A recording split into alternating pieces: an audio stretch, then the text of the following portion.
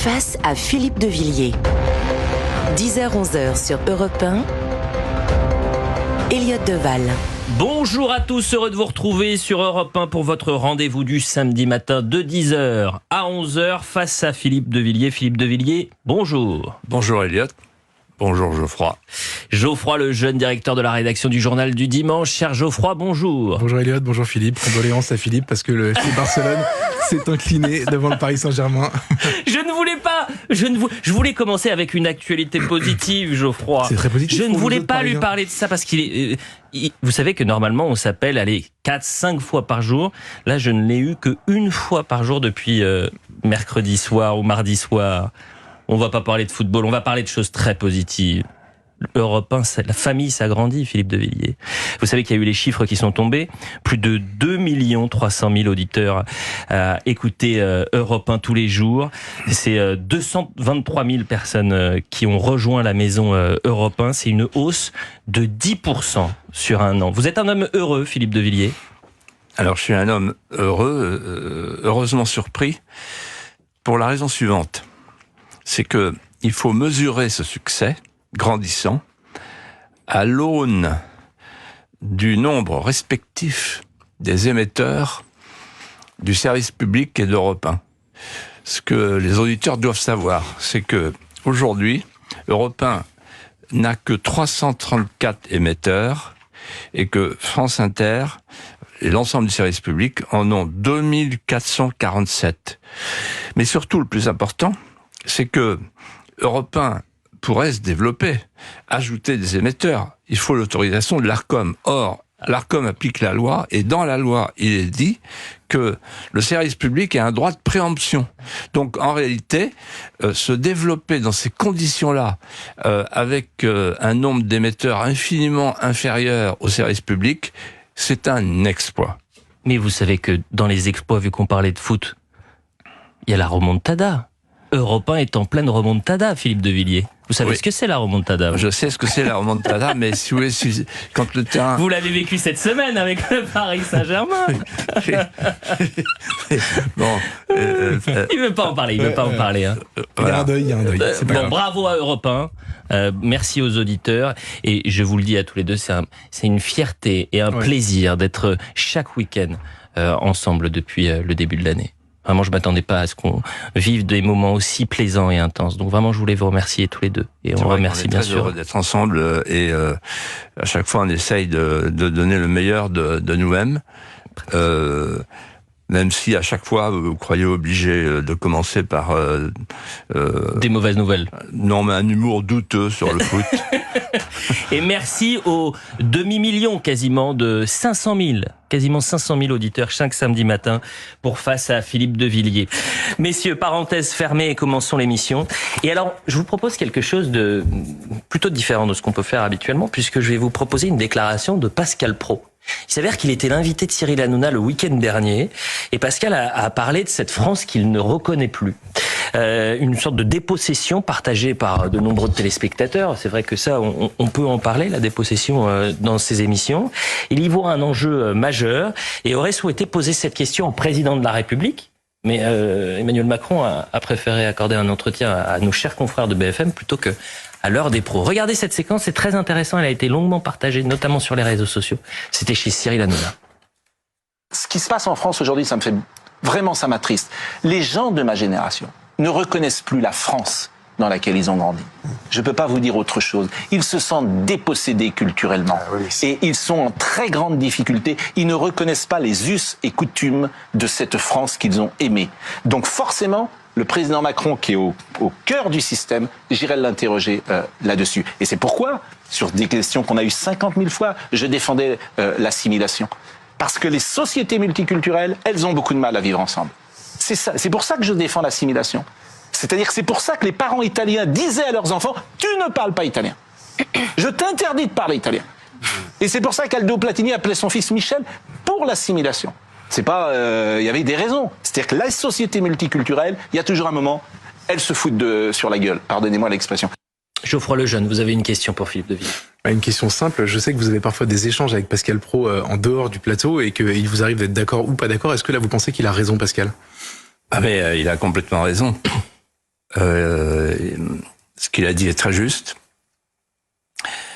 En fait, une nation, je l'ai dit et je le répète, c'est un rêve tramé dans l'étoffe des songes.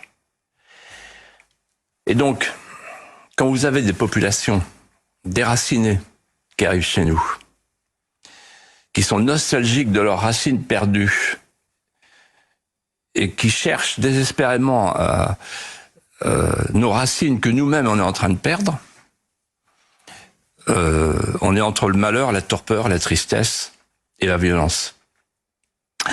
Parce qu'en fait, une nation, il faut partager le même rêve, il faut partager les mêmes songes, il faut partager les mêmes souvenirs, il faut goûter les gourmandises des mêmes mots, il faut vibrer aux mêmes émotions. Et c'est ce que des générations d'hommes politiques depuis 50 ans n'ont pas compris. En changeant le peuplement de la France, on a changé la France, et donc on a pris le risque d'avoir face à face des communautés qui ne s'entendent plus, qui ne se comprennent plus, parce que à prononcer les mêmes mots, ils ne mettent pas le même sens, et la même ferveur, et la même faveur, et la même senteur dans les mots prononcés. Mais là, vous le dites sur le terrain de l'immigration, et je suis d'accord avec vous, mais est-ce que vous ne croyez pas qu'il y a aussi un problème avec les autochtones, ceux qui étaient là avant, les Français de souche, comme on dit, eux non plus ne partagent plus ce rêve et probablement la culture qui est la vôtre et votre amour de la France que vous nous avez raconté 20 fois ici, probablement le peuple français ne le connaît plus en fait. Alors en fait, je vais vous dire, ma France à moi, la France de mon enfance, nous l'avons perdue. Et en la perdant, nous avons perdu la politique. Je voudrais expliquer ça. Parce qu'aujourd'hui, vous ne reconnaissez plus votre France. Je ne reconnais plus ma France. En fait, la politique, c'est le pouvoir, l'entraide. C'était ça, en fait. Les deux piliers. Et le pouvoir... aujourd'hui, on ne sait plus où il est passé. Quand j'étais enfant, nous avions la sensation physique d'un pouvoir identifié, d'un pouvoir incarné, d'un pouvoir proche. Le pouvoir du maire, pour commencer, le pouvoir local. On savait à qui s'adresser, le recours avait un visage, et le pouvoir avait figure humaine. Qu'est-ce qui s'est-il passé depuis 50 ans? Le pouvoir a pris congé. Le pouvoir s'est enfui, le pouvoir s'est dilué, le pouvoir s'est éloigné. C'est-à-dire qu'on a éloigné le pouvoir, on a éloigné tous les pouvoirs. À commencer par le maire. Le pouvoir du maire est parti à la communauté de communes. C'est devenu un pouvoir anonyme et bureaucratique. Ce sont les fonctionnaires qui commandent. Ensuite, on a éloigné le pouvoir du département vers la région, dont on ne sait pas très bien ce qu'elle fait, en instaurant à nouveau un pouvoir anonyme et bureaucratique. Et ensuite, le pouvoir de l'État est parti à Bruxelles. Là aussi, ce sont des fonctionnaires qui commencent, les commissaires. Et donc, le pouvoir n'a plus le pouvoir, on a l'impression que le pouvoir n'a plus le pouvoir, il nous échappe, à nous les citoyens, et il n'a plus de figure humaine. Et puis il y avait l'entraide, je dis. Quand j'étais enfant, l'entraide, c'était la loi commune.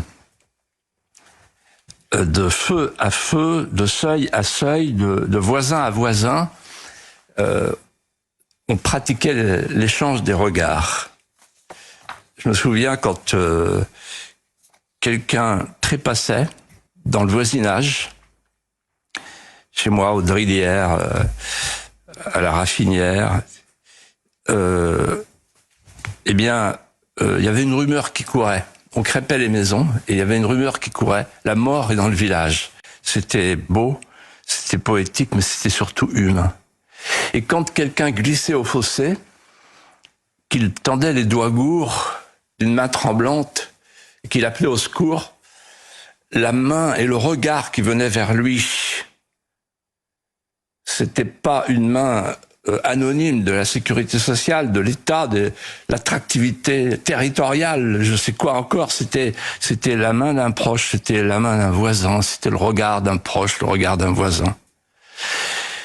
Aujourd'hui, on a fabriqué, en 50 ans, un hybride, le solidaire-solitaire.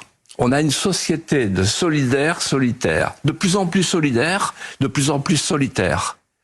Et donc c'est une société froide, une société impersonnelle, une société du guichet et de l'assistanat.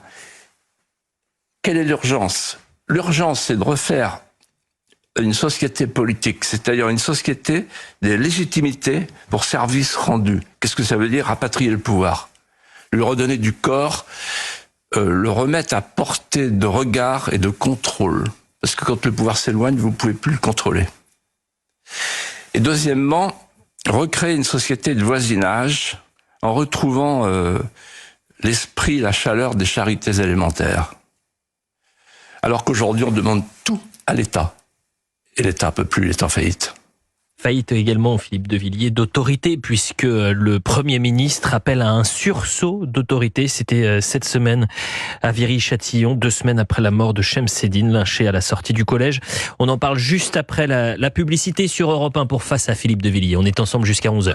De retour sur Europe 1 pour Face à Philippe de Villiers avec Geoffroy Lejeune, bien sûr. 2 semaines après la mort de Shemseddine, Philippe de Villiers, Gabriel Attal était jeudi à Viry-Châtillon pour présenter un grand plan afin de lutter contre les violences des mineurs, un sursaut républicain pour restaurer l'autorité avec tout un panel de mesures. Je vous propose de l'écouter et on en parle juste après. L'autorité et la règle commune sont trop souvent défiées par certains jeunes. Cela nous rappelle à ce sentiment qu'une partie de nos adolescents glisse lentement vers une forme d'isolement, d'individualisme et parfois même vers le pire, vers une forme de violence déchaînée, morbide, sans règle. Je dis bien une partie de nos adolescents, et une partie seulement, car c'est bien une minorité d'adolescents que les Français ne comprennent plus. Cette part, cette minorité de jeunes et d'adolescents que les Français ont le sentiment de trop voir dans le poste, rimé avec perte de repères, contestation des règles les plus élémentaires et parfois même déchaînement de violence. Comment accepter cette spirale, ce déferlement, cette addiction d'une partie de nos adolescents à la violence? Oui, je parle de spirale. Oui, je parle de déferlement. Oui, je parle d'addiction. Geoffroy Lejeune. Il est très particulier ce discours à commenter. On a essayé de le faire sur CNews depuis qu'il a été prononcé. Il y a à la fois, c'est très compliqué d'être en désaccord avec ce que dit le Premier ministre. Il y a un ton qui a l'air relativement adapté et en même temps, on se demande s'il faut y croire. Est-ce que pour vous c'est un coup de communication ou est-ce que c'est la réponse qu'il fallait? Gabriel Attal, pour moi, c'est une énigme. Talenteuse, l'énigme. Comment qualifier ça? C'est la prosodie des mots de droite ajustée à une ligne mélodique de gauche. Ça, c'est fort. Donc, en fait, tout le monde y trouve son compte. Et à la fin, on croit entendre un violon et il joue du pipeau. Ça, c'est fort. C'est un communicant, hors norme. Mais maintenant, il faut aller au fond des choses. En fait, il prononce des mots, autorité, etc. Donc, bon. Mais derrière, il y a quoi? Il y a un pays qui s'effondre. Et en le regardant à l'instant, je pensais à la métaphore de la maison qui s'effondre dans la nuit. Et le conseil qui est donné par les anciens et par les architectes, si la maison s'effondre et que tu es dans la maison, cherche à tâtons les murs porteurs. Or là, les murs porteurs, ils les ont démolis. La famille, ils en ont changé la définition. La nation, deuxième mur porteur, ils en ont changé la composition. L'État, ils en ont vidé la souveraineté.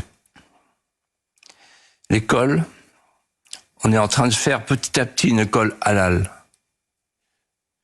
en tenant compte de la diversité heureuse, c'est-à-dire du changement de population scolaire. C'est ça la réalité. Et donc, à partir du moment où un pays gérée par des politiciens mondialistes, multiculturalistes, ne peut plus se regarder en face, et que on a décidé d'abolir les frontières, la souveraineté et l'identité, les élites mondialisées, dont il fait partie au premier chef. C'est un Young Global Leader de Davos. On peut faire que des travaux de surface. Alors c'est bien, les travaux de surface, excuse de minorité, on va réformer la justice, on va voir Dupond-Moretti qui petit à petit va devenir catéchumène de la fermeté, etc. Mais en réalité, ils se jouent du pays parce qu'ils ont décidé de transformer la France. La diversité heureuse, c'est leur projet. Philippe de Villiers, en même temps, hier soir, par exemple, Gabriel Attal, vous parliez de l'école, a dénoncé l'entrisme islamiste prônant les préceptes de la charia, notamment dans l'école. Et je crois que c'est le premier ministre à avoir tenu ce genre de propos pour l'instant. Oui, vous avez raison. Et il y avait un journaliste qui disait là que quand Éric Zemmour parlait de la charia il y a quelque temps, chez Christine Kelly, toute la gauche était debout. Il y avait même des procédures, l'islamophobie, etc. Alors effectivement, on évolue. C'est-à-dire il y a une prise de conscience. Alors c'est pas une prise de conscience, c'est une prise de température du pays. Et donc, pour ne pas se prendre une bâche telle qu'elle est prévue par les sondages aux élections européennes, on donne un petit coup à droite. On prononce les mots. Il faut d'y mettre la chose. Prononcer les mots quand il n'y a pas la chose. Et donc, on ose parler de la charia. Pourquoi ? Parce que la charia, elle est là, quoi. On l'a vu. Et d'ailleurs, à Viry-Châtillon, où il était, le Premier ministre, avec, le choix du lieu était plus ou moins décent, mais bon, Viry-Châtillon, ça lui parle de la charia, effectivement. Vous avez parlé, Philippe de Villiers, il y a quelques instants d'Éric Zemmour. On va en parler à nouveau dans cette émission, juste après la publicité sur Europe 1, et revenir sur cette polémique bruxelloise et cette conférence qui a été un temps annulée par l'un des bourgmestres de la ville, Éric Zemmour, qui a vu une de ses réunions politiques interdite par ce bourgmestre, et puis finalement, elle a pu se tenir mercredi. On en parle juste après la pub sur Europe 1, avec vous, Philippe, et bien sûr, vous également, Geoffroy Lejeune. Face à Philippe de Villiers, Elliot Deval. De retour sur Europe 1 pour Face à Philippe de Villiers. Messieurs, parlons de Bruxelles. À présent, mardi, l'un des bourgmestres de la ville, le socialiste Emir Kir, avait interdit une conférence rassemblant des personnalités politiques européennes comme Éric Zemmour, Nigel Farage ou encore Viktor Orban.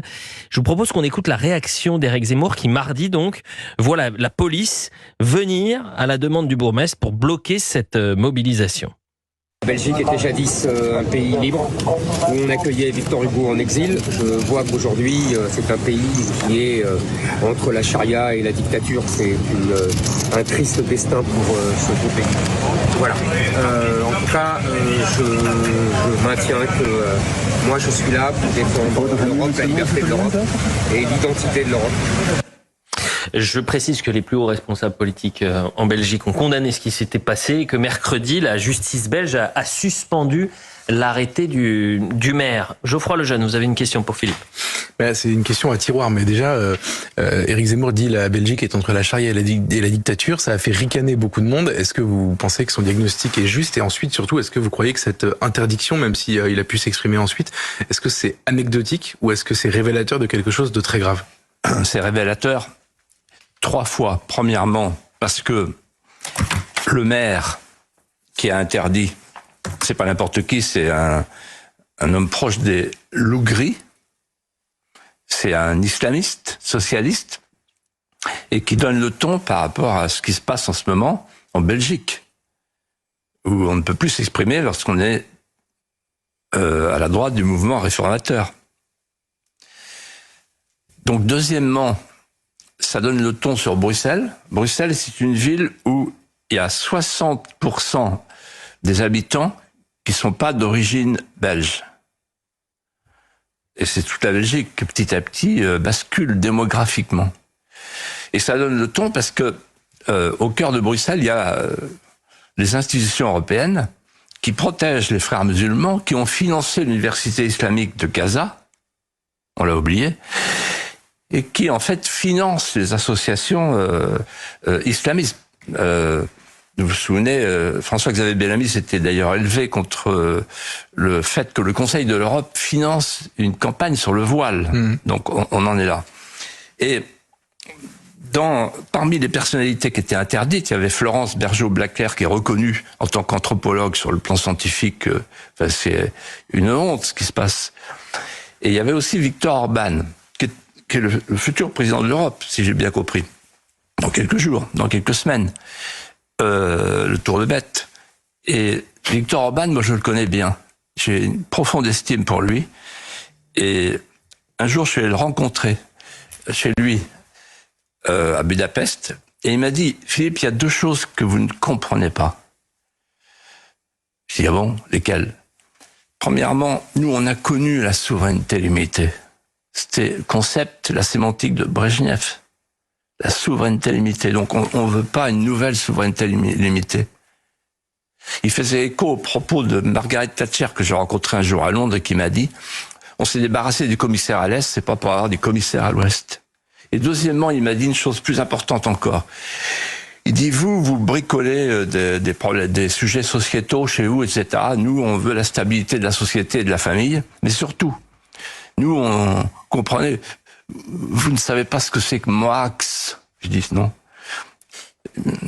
1626, Moax, la défaite de Moax, où les Hongrois se sont battus, ont été défaits par les Turcs. Et donc, pour nous, l'islamisation de l'Europe, c'est une hantise, c'est notre crainte. Donc vous, l'Europe de l'Ouest, vous prônez l'islamisation, pas nous. Donc laissez-nous tranquilles, laissez-nous penser différemment. Sinon l'Europe va imploser, exploser à la fois. Voilà. Philippe de Villiers, parlons à présent d'Emmanuel Macron cette semaine qui s'est rendu dans la Drôme, à Vassieux en Vercors, pour honorer la mémoire des maquisards tués par la Wehrmacht et la milice française. La mémoire des résistants, incarnation d'une France indissociable de la République. Écoutez Emmanuel Macron. Serviteurs du régime de Pétain et Laval, soldats sous le commandement de Joseph Darnan, ces Français trahissaient la France par volonté de vengeance, par pulsion de pénitence. Français prêts à tuer d'autres Français. Et avec eux, cette certaine idée de la France. Français rongés par l'esprit de défaite, inséparables de la haine de la République. Car ce n'était pas seulement un temps où les Français ne s'aimaient pas. C'était aussi un temps où des Français n'aimaient pas la France. Oui, ceux-là n'aimaient pas la France des Lumières, celle de 1789 et de l'an 2.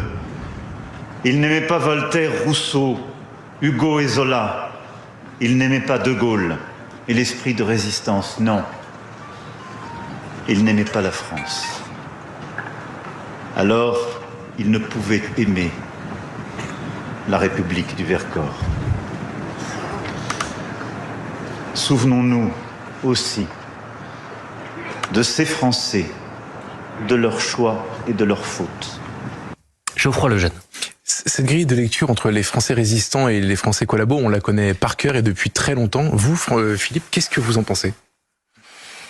Moi, je suis le fils d'un combattant volontaire de la résistance, donc on me la fait pas. Hein. Le fusil à tirer dans les coins, commémorer pour désigner les ennemis d'hier, pour retrouver ceux d'aujourd'hui, c'est pas très honnête. Mais surtout, je vais vous dire, je vais vous faire une révélation là. Je suis le seul à dire ce que je vais vous dire. Ça va déménager. Donc, Emmanuel Macron et d'autres nous expliquent que la construction européenne nous prémunit contre le retour des bruits de bottes, au motif que la construction européenne est le prolongement de la résistance. C'est bien cela. Or, il s'agit d'une imposture historique. L'architecte de l'Europe communautaire était en même temps le secrétaire d'État aux affaires étrangères de l'Allemagne. Il s'appelait Walter Hallstein. C'est lui qui a négocié au nom de l'Allemagne tous les traités. Et il est devenu le premier président de la Commission européenne. Il est resté là pendant une dizaine d'années. C'est lui qui a affronté De Gaulle sur la chaise vide. Son histoire est extraordinaire et elle est révélatrice. Les archives fédérales allemandes, les Bundesarchives de Koblenz et de Berlin, que j'ai eu l'occasion de consulter, contiennent des documents troublants quant aux engagements de Walter Hallstein sous le Troisième Reich.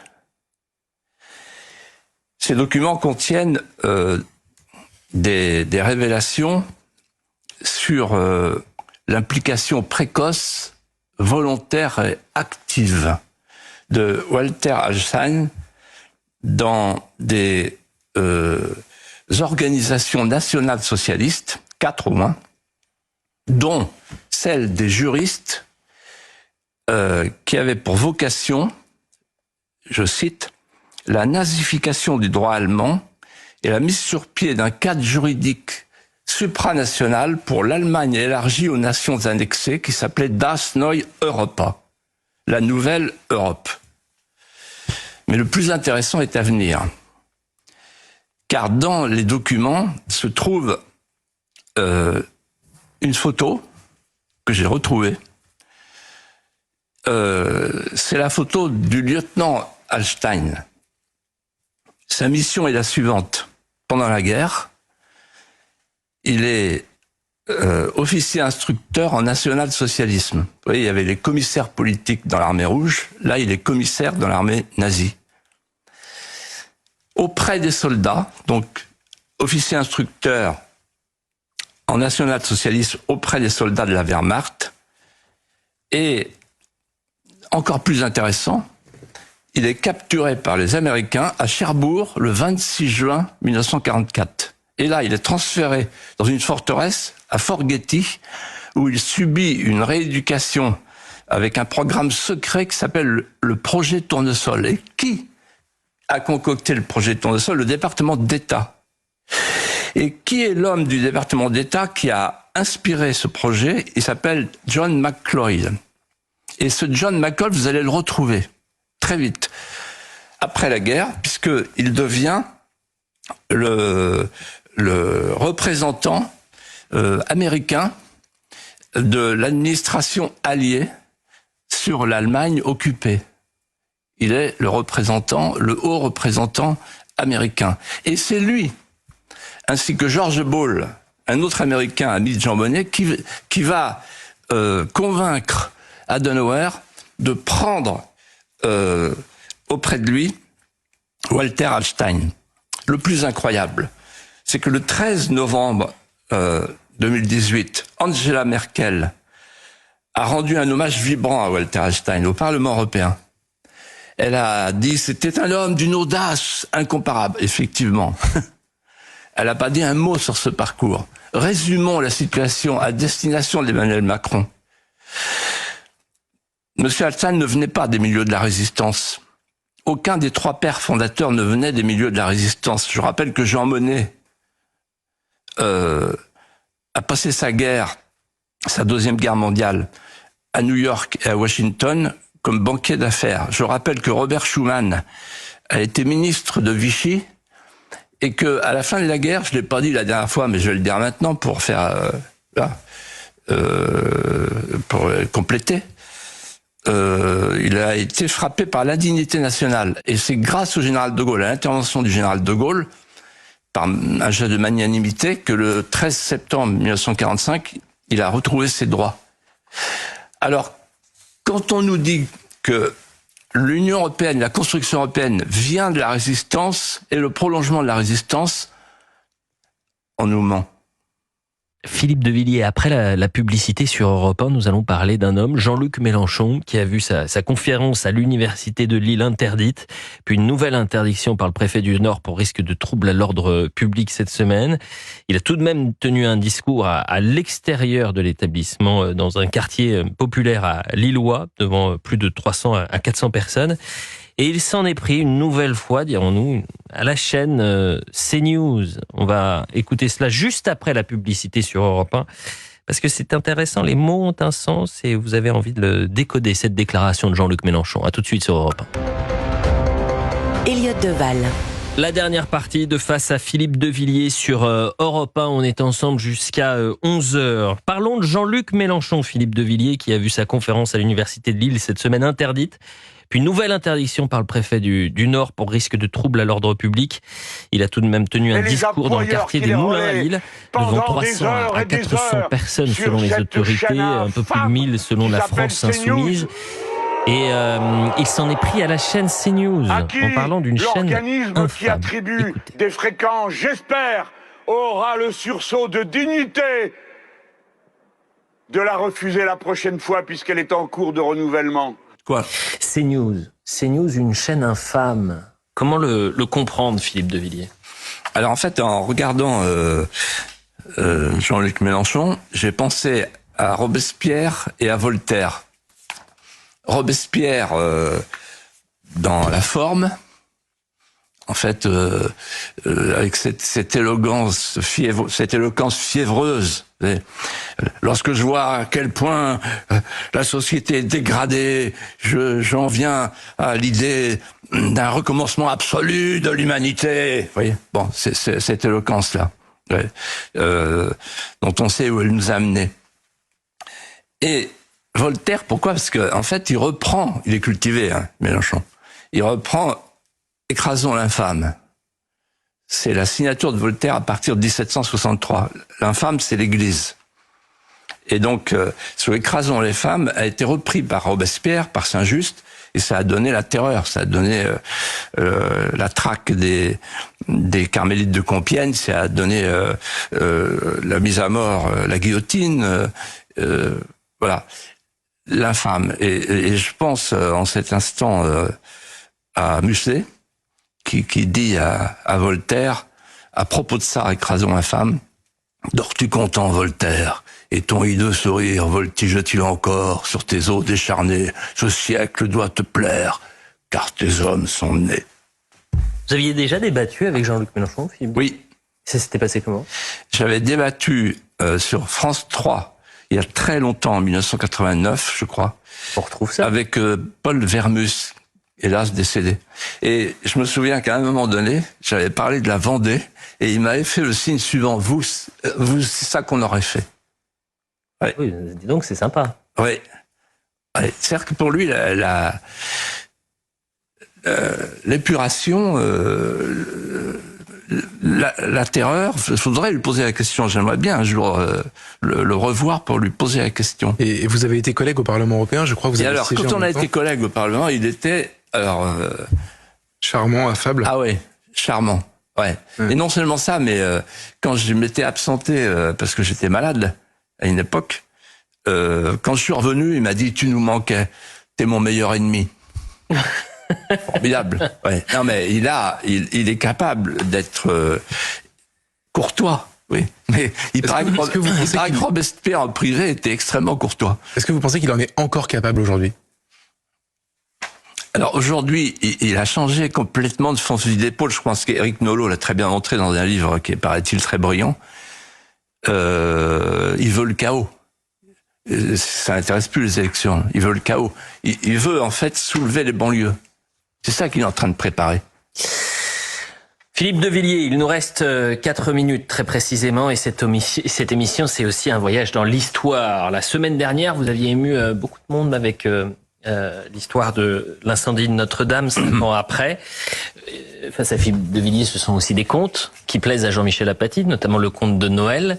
Et ce soir, vous avez décidé de revenir en 4 minutes, très précisément, sur la naissance de la France, Philippe de Villiers.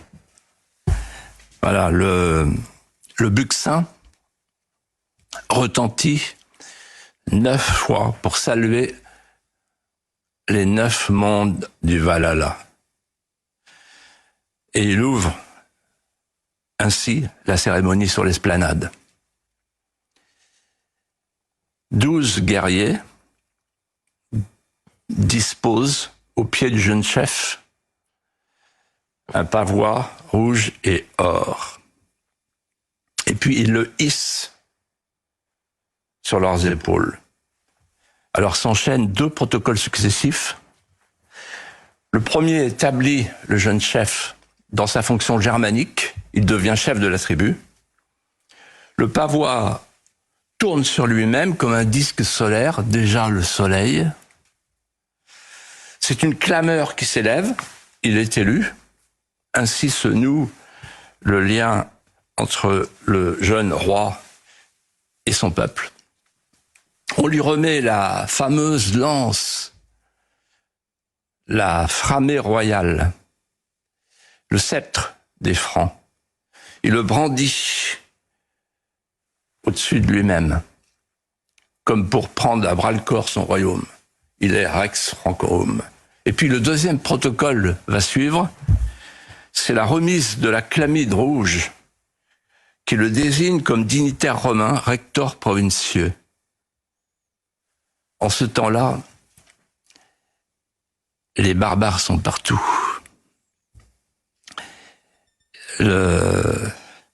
Rome n'existe plus.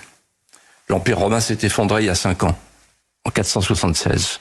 Rome n'est plus dans Rome. Rome était une institution et une société. L'institution est morte. Qui va sauver la société? Comment prolonger la vie de la romanité? Avec leur mosaïque d'États barbares, les Goths guettent leur proie. Ils sont tout puissants. Ils rêvent que la Gothia vienne chasser la Romagna. Nous sommes à l'instant où le destin hésite. Barbarisation des Romains ou romanisation des barbares. Et voici que avance sur le pavois le jeune chef barbare, adepte du culte de Wotan, Clovis. Il a 15 ans. C'est un conquérant. Mais chose inouïe, le conquérant se laisse conquérir par sa conquête. Alors qu'on pense qu'il va tout barbariser, il choisit de tout romaniser, il se romanise lui-même, il s'assimile. C'est l'histoire symbolique d'un envahisseur qui se laisse envahir par la terre envahie. C'est la naissance de la France par un acte d'assimilation réussi. Un barbare qui cède à la tentation d'aimer sa conquête, de se laisser éprendre par ce pays qu'il accueille, par ce pays fort et fier de sa lignée, de ses trésors, ce pays qu'on appellera plus tard France, mère des arts, des armes et des lois. On a eu le conte de Noël en décembre dernier. On découvre la parabole de la naissance française par Philippe de Villiers en avril 2024. Un grand merci, cher Philippe de Villiers.